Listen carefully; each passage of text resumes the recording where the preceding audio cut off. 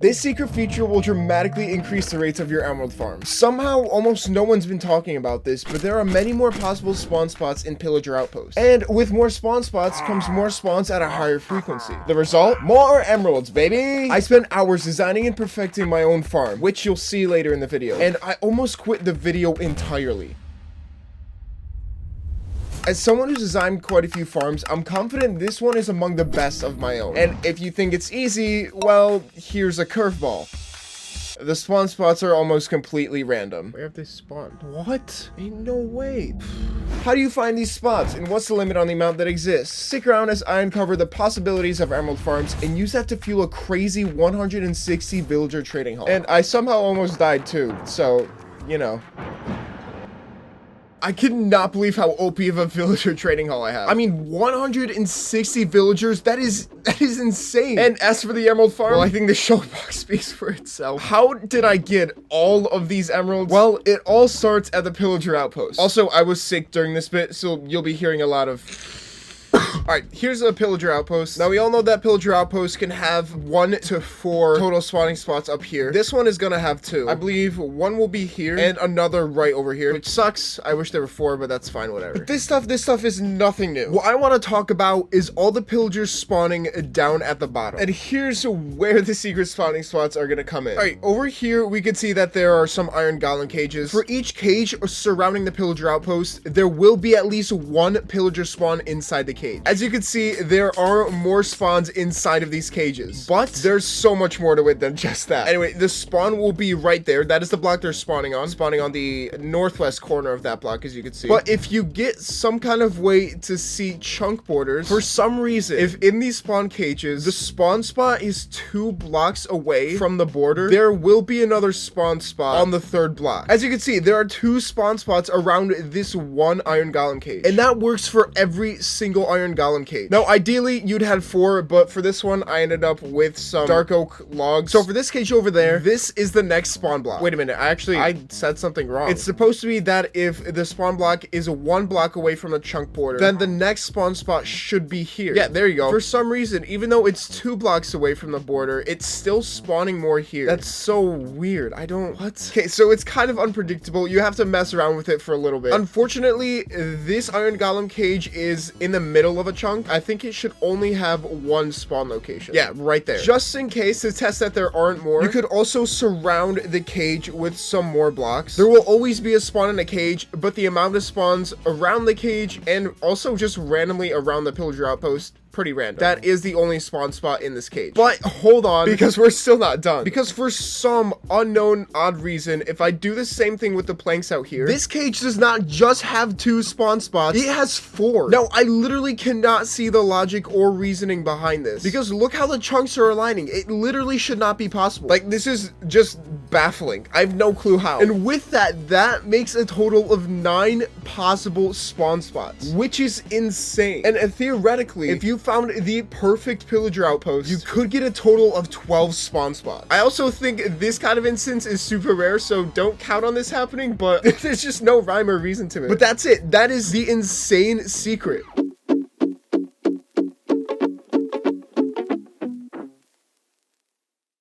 Let's trap one of these raiders in a boat. Here we go. And now I believe any pillagers that spawn will then join the raid and drop emeralds as well, as you just saw there. It's a pretty neat mechanic, and with this, we're gonna abuse it. Quickly, I want to test how long does it take for this guy to join the raid. It takes like a second, up to a second for these guys to join the raid. Okay, cool. I'll start with figuring out the guys on the top. All right, by adding some glass blocks around like this, I'm forcing them to spawn on the diamond block. Okay, weirdly enough, this is kind of the system I just came up with. This water stream will make them flow long enough to actually join the raid. And once they're both in there, they just both get killed. If I use fences, the trident killers fall through. Walls do the same thing, but for some reason, a glass pane will just keep the trident killer up. I don't know, guys. It works, so whatever. It's cool. All right, here we go. I made a clock, so now when they go through, they'll just immediately be killed. I mean, this is as good as it gets. Come on. Oh no, the raid expired. Why'd that happen? Okay, interesting.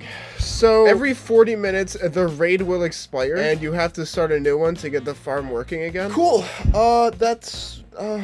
Ideally, all you needed to do was drink an ominous potion every 40 minutes. But wait, there's more. The raid could spawn in a massive region around the village center, and this came with its own host of problems. The raiders take too long to pathfind to the bed, exactly where they spawn is unpredictable, how I trap them where I need to for the pillagers to join the raid, and how can I kill the raid mobs when the raid expires to allow the next raid to function without doing anything but drinking an ominous potion. Yeah, I had a lot to figure out, and I ultimately decided I needed to create a controlled area for the raid to spawn. Side note, this somehow snowballed into my biggest issue and almost forced me to give up.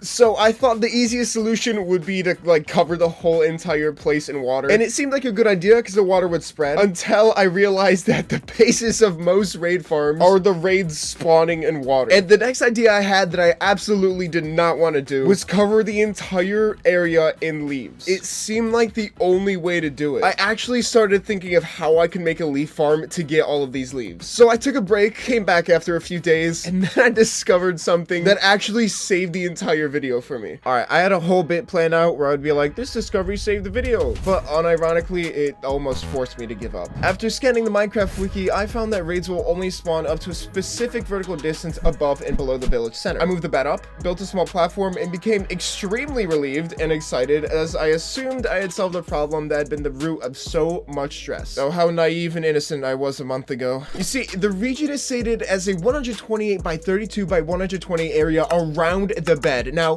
silly me interpreted this as 16 blocks above and below the village center. Apparently, what it meant was 32 blocks above and below the village center. Now, you may be thinking, it seems kind of obvious that this is the case. And I would agree, except the 128 by 128 region around the village center means 64 blocks in each cardinal direction from the bed. I mean, what? Who wrote it like that? That makes no sense. I spent hours trying to figure this out. I made bigger platforms, more platforms, even multiple big platforms, but nothing worked. They still spawned anywhere they wanted. Make that make sense. I was this close to giving up, and I know you can't see it, but I'm holding my fingers really close together angrily right now. But then I had a last minute thought, a stretch of an idea, a last resort attempt that, if failed, would mean the death of this video.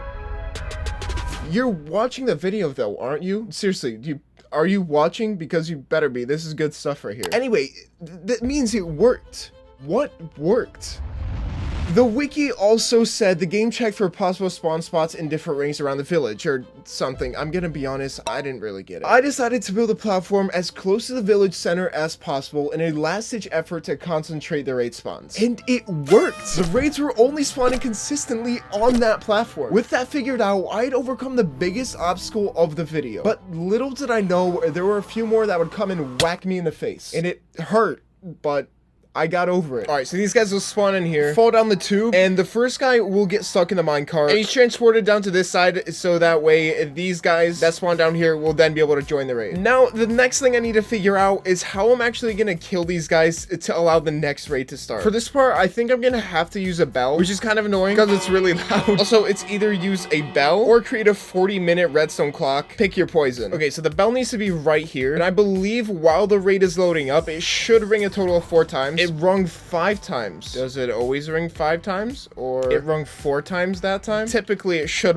ring 4 times. So I think what I'm gonna do is load the top dropper with 4 non-stackables. And once a single item goes into this bottom dropper, I want it to then dispense a lava bucket and burn all of the guys in here. Basically, the system I have, if this bell rings, a bucket of lava is sent out, and then when somehow the items are gone, it pulses again, it takes the lava bucket away. Okay, sick. Now we just need to figure out how all that happens.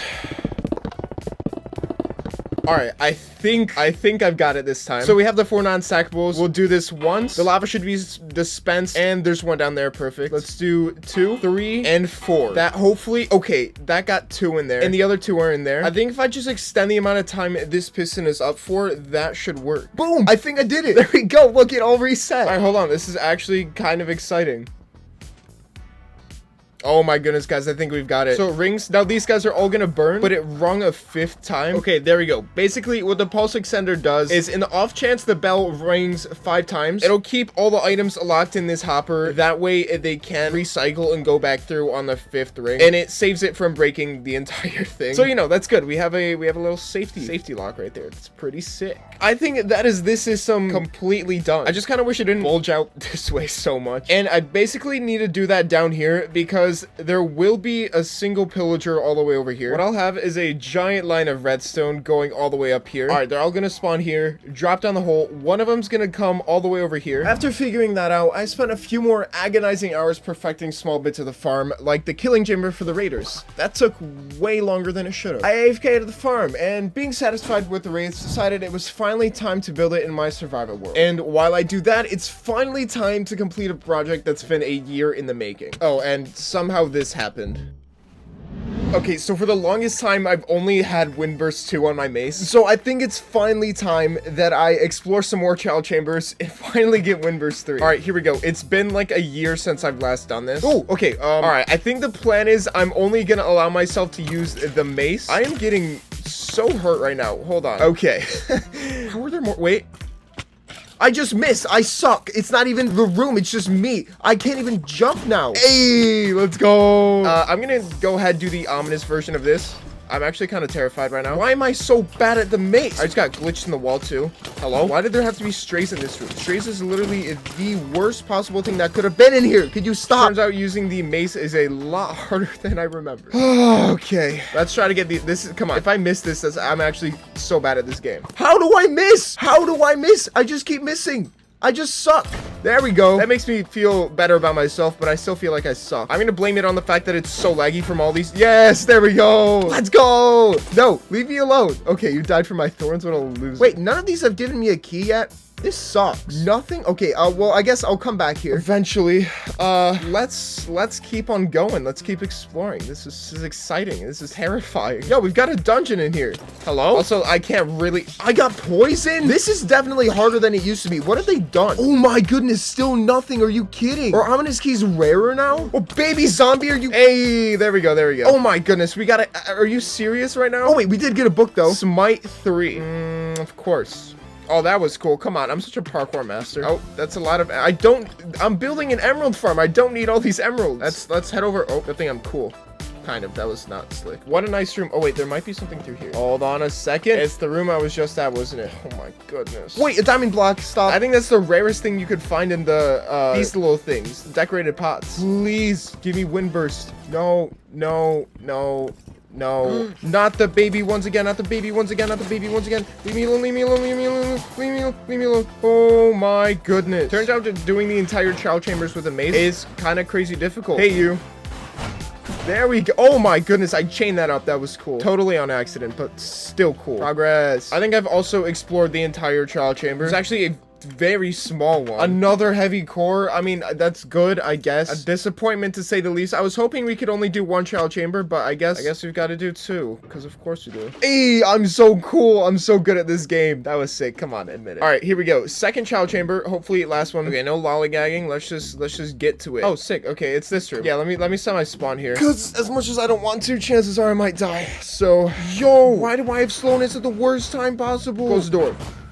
Close it. I've just completed another child chamber, which by the way, was super small. And I haven't gotten any more ominous keys. But I guess it looks like I'm gonna have to explore at least one more child chamber. Oh no, I can't. I'm gonna go back here. I haven't even gotten all the vaults. It just feels like such a waste of a totem, I guess. What?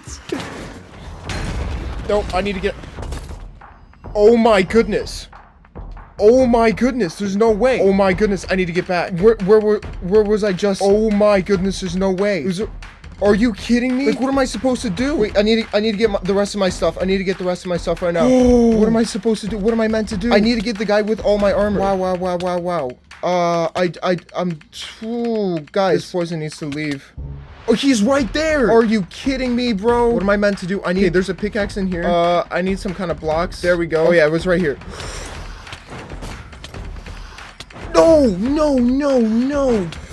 No, he's right there. He is right there. Oh my goodness. I can't lose this stuff. I cannot afford to have all this stuff gone. Where am I? Why am I here?